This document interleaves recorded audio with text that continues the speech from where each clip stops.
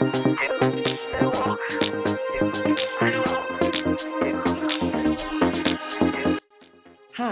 I am Serana Mitchell, and this is the second in a series in the Clean Ocean OECS Journalist Challenge. There is a call for the Government of Grenada to pass legislation protecting mangroves in the country. Now, you might be wondering why we're talking about mangroves and the focus should be on clean oceans. Well, mangroves play a key role in maintaining the quality of water. Mangrove ecosystems are critically important coastal ecosystems. They're important for a whole host of reasons, to the extent where some scientists have actually dubbed mangroves as nature's good Samaritan. And the reason for this has to do with the benefits and the critical ecosystem benefits that mangroves perform for us on the planet. Mm-hmm. So, for example, mangroves are known to be very important carbon sequestration traps. I hope I said that big word, sequestration. What that means is mangroves trap a lot of the carbon that is in the air and sequester it or trap it in their roots so that they're not as dangerous. They're not as able to get into the environment and create problems. Because they're coastal plants, coastal ecosystems, they created a very important buffer between the land side and the marine ecosystem. So, for example, they trap a lot of silt. When you have floods and a lot of heavy runoff from the land side, mangroves, by virtue of their roots and their systems, will trap a lot of the silt and of course the unnatural things like that they breathe. That is. So it acts like a yes, seed. exactly, right? Precisely. They have that effect where they trap these things from going into the ecosystem. They filter chemicals and toxins from the water that comes from the land side before this water gets into the sea. So they provide those benefits. In countries like Grenada, mangroves also have a very critical role for fishermen in two ways. One, mangroves are the nurseries for fish. When small fish, baby fish, if you will, in order to escape from predators and so on that will eat them, they will make their way into the mangrove ecosystem and find shelter inside of the complex mangrove root system, especially those fringing mangroves like red mangroves that go right on the coast, the salt-tolerant ones, so that the big fish that will do them harm cannot get in between the roots and so on to harm them. And then later on, when they themselves are bigger, stronger, and so on, they make their way out and go. And it is considered that 90% of all fish that are used, commercially caught on the planet, somehow make use of mangrove ecosystems as a safe haven during their babyhood. So the nursery, where they go to be cared for and protected while they're young. Then during the hurricane season, in a region such as ours, where we can have quite powerful storms, sometimes fishermen have the additional benefit of being able to tie their craft up behind mangrove ecosystems or between mangrove ecosystems because of the depth and the complexity of the root systems. They're very, very hard for these trees to be, thrown down and so forth. And then in terms of the seaside benefits, because of the filtering and so on, seagrass beds, which usually will occur just in front of the mangrove ecosystem in the sea, also can be healthier because, again, the toxins and the chemicals are being filtered out by the mangroves before they get into the water. So you have healthier seagrass beds, which means you have, again, more because a number of our fish species will take shelter in the seagrass beds. You have sea turtles that eat certain types of seagrass. So you have healthy seagrass beds, then the ecosystem, the general marine ecosystem is healthier. And again, if you have healthy seagrass beds, then your coral reef system, which is a bit further out than the seagrass beds, also tend to be healthier, which again is important for fish. So the mangroves play all of those critical roles for fish, for fishermen, for families.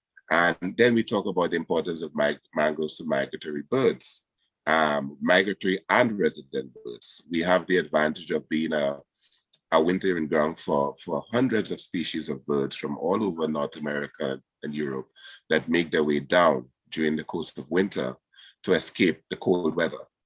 And where do they spend most of their time when they come down here for food and roosting?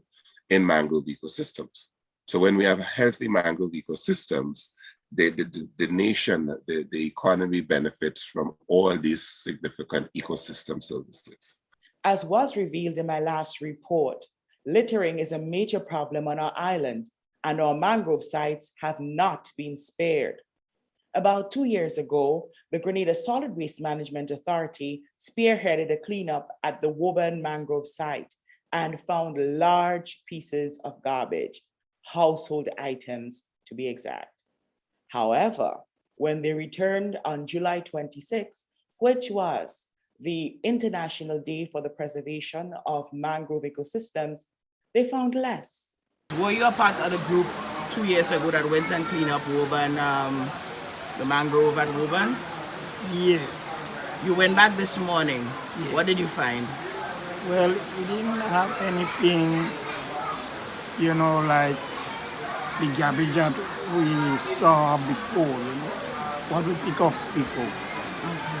So the people are doing a good job at taking care of the Woburn mangrove area? Yes. And how do you feel about that? I feel very, very good because the first time when we come here, the amount of garbage that we get, was a lot of bags of garbage we get. So we've invested heavily in public education about the importance of mangroves, because of course we can do all the restoration we want, but if people still continue to treat the mangroves with disdain, especially as in a lot of sites in Grenada, they use the mangroves as a dump heap, as you say, then our work goes in vain eventually.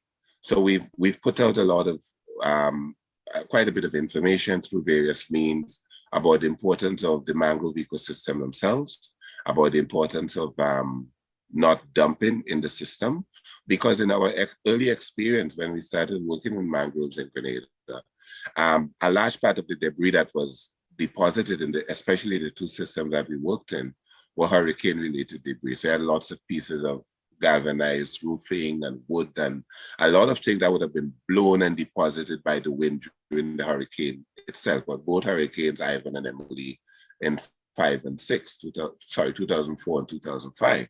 But then we began to find other things. We began to find discarded toilets and televisions and stoves and fridges and tires and clothing and stuff. Things that people were then dumping. And a lot of people seem to take the view that mangroves are just these smelly places that nobody cares about or likes, and people tend to believe they just create mosquitoes, so they don't have any value. And as a result, you have a load of garbage, sometimes households directly, sometimes people paid by households to haul their garbage to the proper dumping sites. We'll just dump it in the mangroves and a mangrove ecosystem and hope nobody will see. And that created a tremendous problem. And of course, even if you don't have an intervention like what we did with Grenada Fund for Conservation, under normal circumstances over the course of time, mangroves will begin to regenerate. They're designed that way. But when you have a lot of plastic debris, a lot of clothing, and all these old things in the ground, that when the roots, in the case of the red mangroves, when the pen or the seed falls from the tree, they cannot get into the mud to establish, then you're in the future viability of the system. If you have a lot of debris strewn all over the ground, whether they come in on the tide or people deliberately dump them there, mangroves that need to send up their roots from under the ground, like the black mangrove, for example, for the tree to be able to get any oxygen and so forth, all of these functions are impacted. So we've constantly been saying to people, please do not use a mangrove as a dumping site. We've also had to spend a lot of time talking to people about not cutting mangroves, which was a huge threat in some of the ecosystems in Grenada, continues to be so. In fact, in one ecosystem in Telescope, which is a very extensive system, people are cutting the undergrowth. So the new mangrove trees that are establishing themselves, when they reach 6-8 feet, people are now cutting them down to use them for props for tomatoes and beans and those kinds of things in their gardens. So, and then one of the advantages of the mangrove, some types of mangroves, is very hard wood, And one of the practices we had back in the day, people cut it to make charcoal.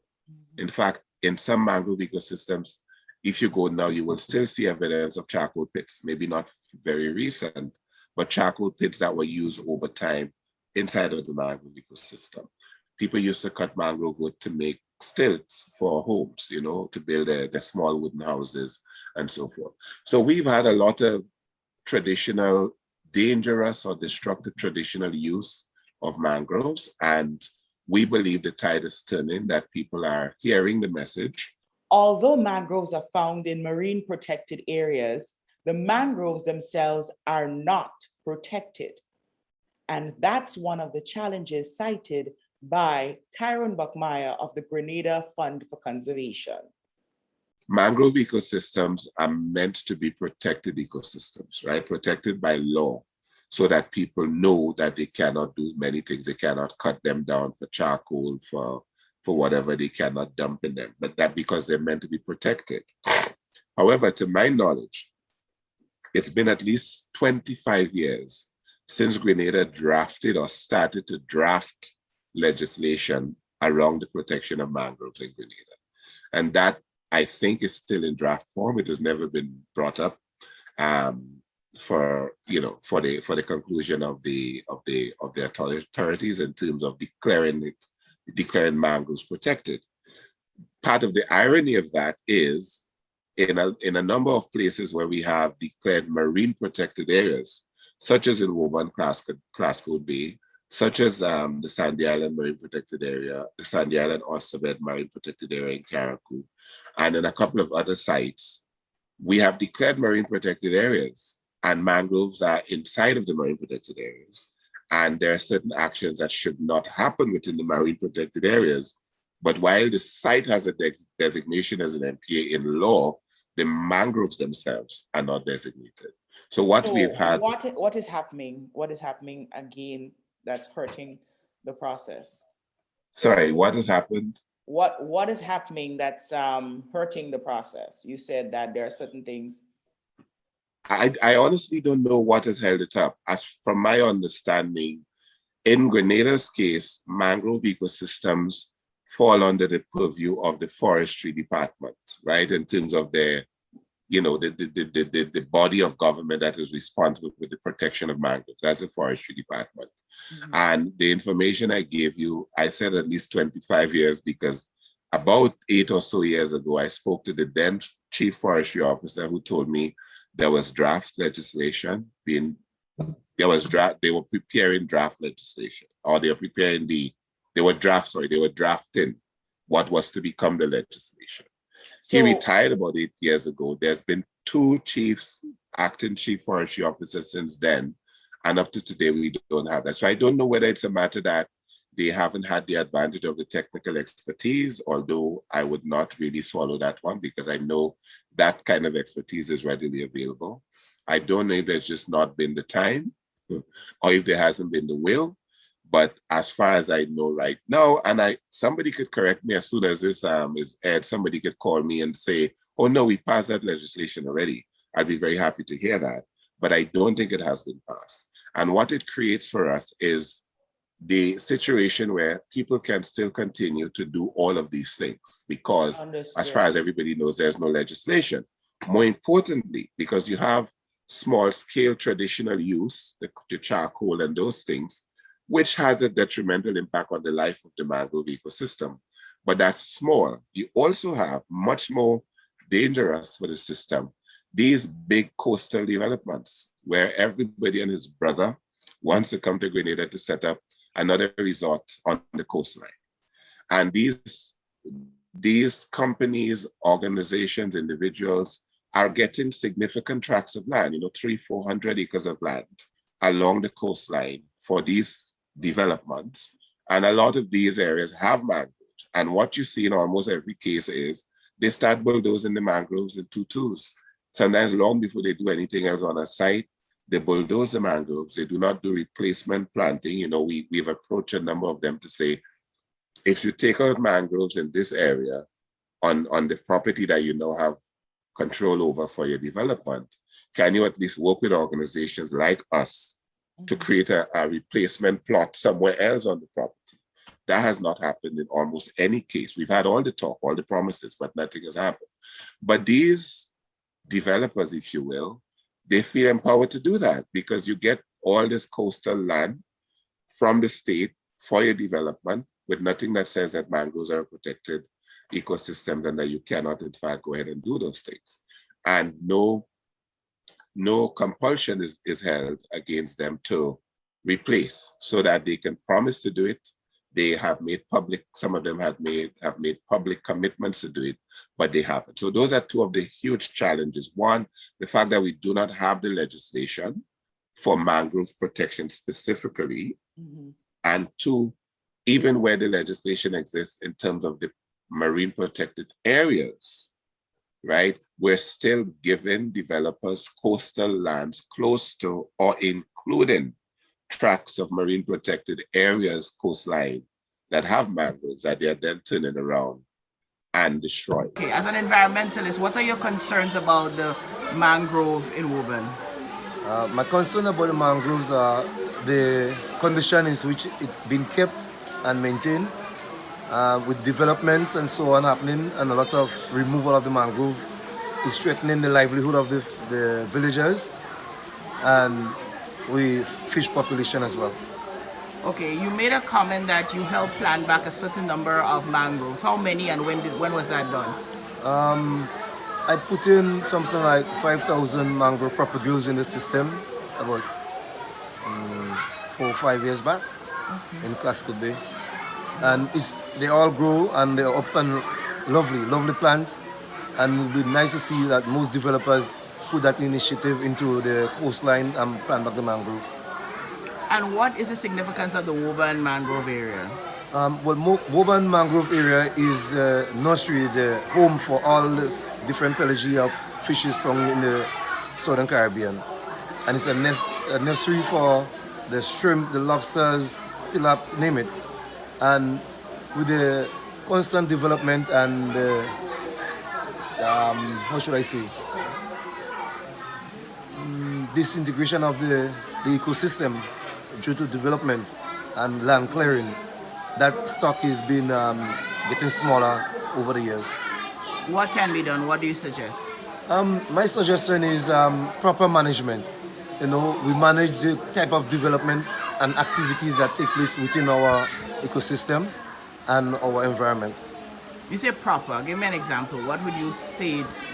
What is proper for you? Proper for me would be like the government taking initiative to put it to the developers that the mangrove need to be there and the purpose of the mangrove, not due to development and work for people that, okay, you're going to remove the mangrove. We need the mangrove there to support our coastline from erosion and to provide livelihood as well. It is clear that mangroves are not just some smelly place. They play a very important role in protecting our coastline and keeping our oceans clean. Thank you for viewing Sarana Mitchell Worlds. I'll be back next week with another in the series. Please like, comment, and share. I am Sarana Mitchell. Have a good one.